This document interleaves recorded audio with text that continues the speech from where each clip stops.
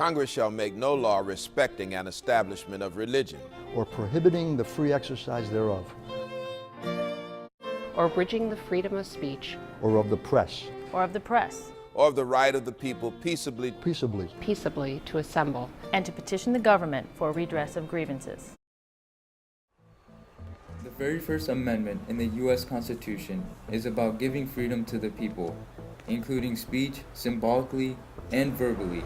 So why is it that when someone tries to express himself, it is looked down upon, like stereotypes?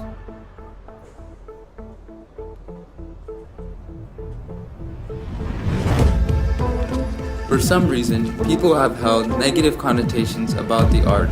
Words such as uneducated are often associated with people who choose to get themselves tattooed.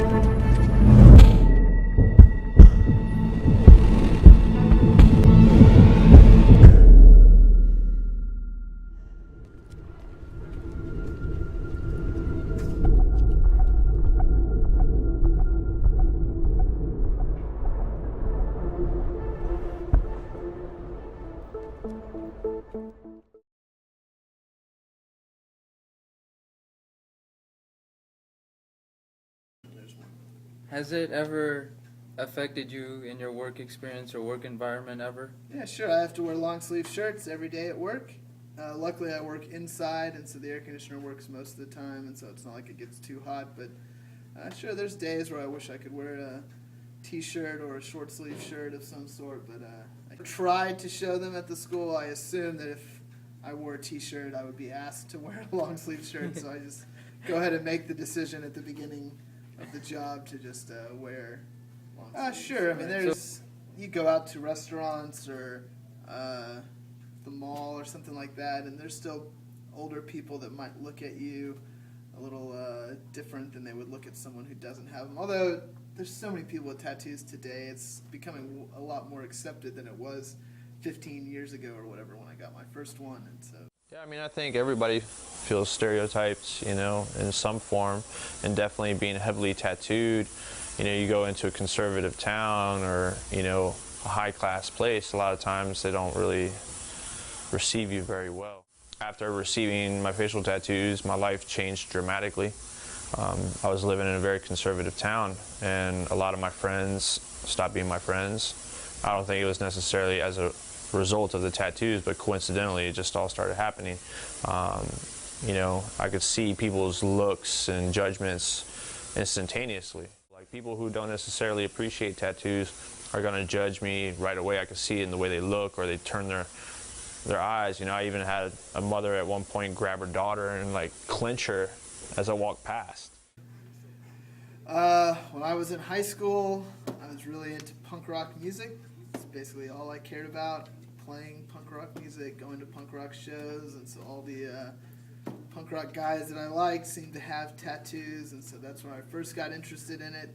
Although I didn't get my first tattoo until I was 20 years old, and my mother and father were no longer supporting me in any way financially, because I knew my mom wouldn't be a big fan of them.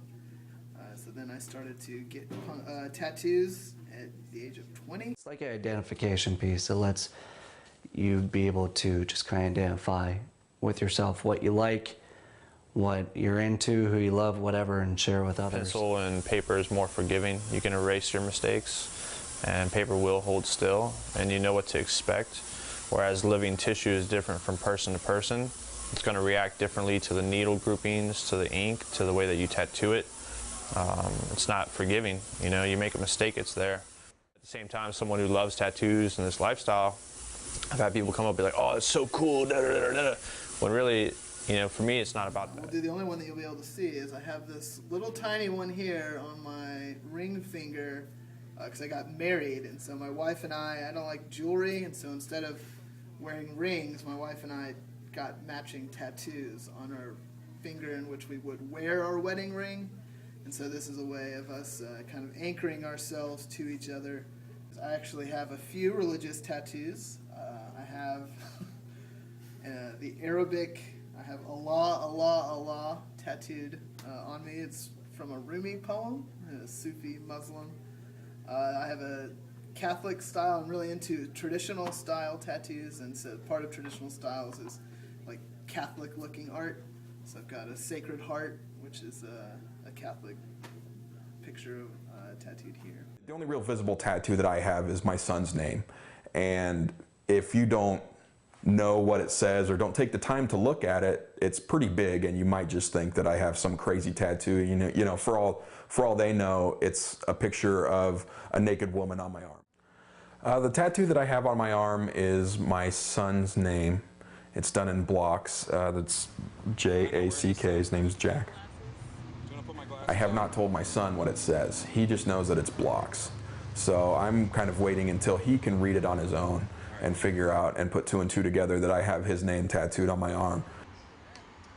It was just something that was really meaningful to me. I mean, my son is, you know, my whole world.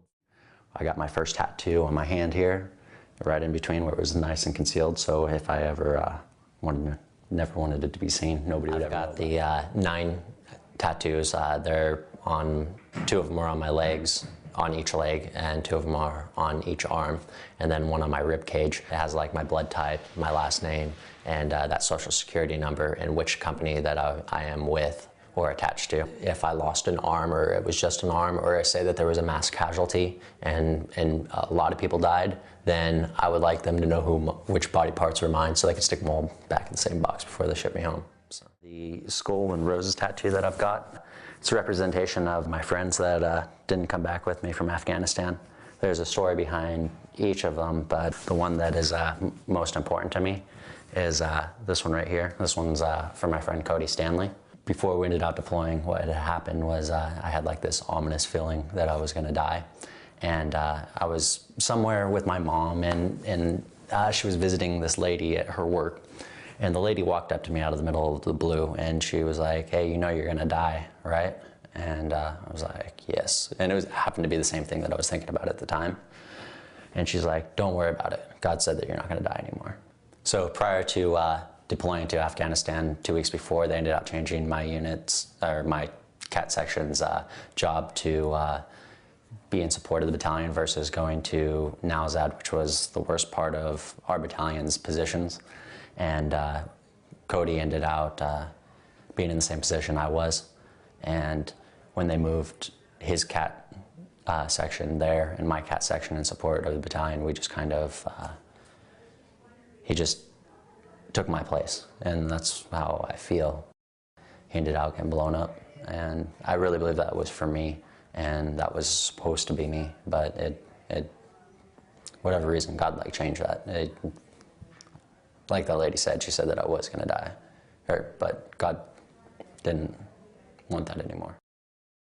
I'm sure I would do things differently. It's not like it's enough that I would care about it today. Most of the time I don't even think about my tattoos. They are what they are.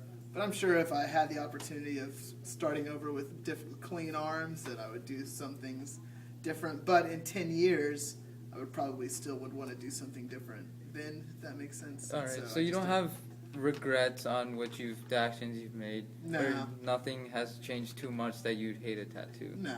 No? I don't care enough to do that. People get tattoos to express their individuality, to remember a particular memory or emotion they have experienced. Contrary to popular belief, just for fun is the last reason why people choose to ink themselves.